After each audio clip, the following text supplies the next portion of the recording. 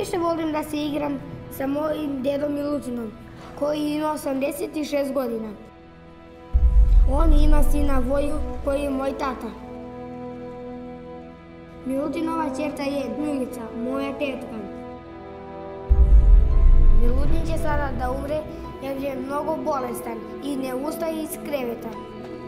Žao mi je što će da umre jer neću imati ni sa kim da se igram jer u mom selu nema dece.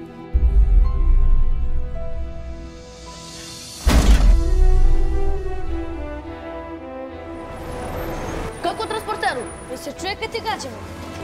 Čuje se. Ko će da pitaš vani kada se mi vozimo? Da mu to ne treba. Zašto? Se šiptari. Pa recimo da smo Srbi.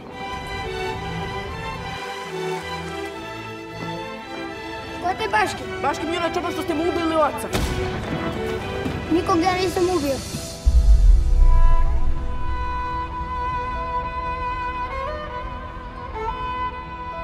Mirdita! Kaži ti mladici da Voji ne pada ni na pamet da se mlati o klopi transportera. Ne pada mu ni na pamet! Zašto nas maltretirate? Oggi non ci sono lezioni. La scuola è chiusa. Nelegalno posjedovanje oružja je provokacija i kao takva izvor budućeg konflikta.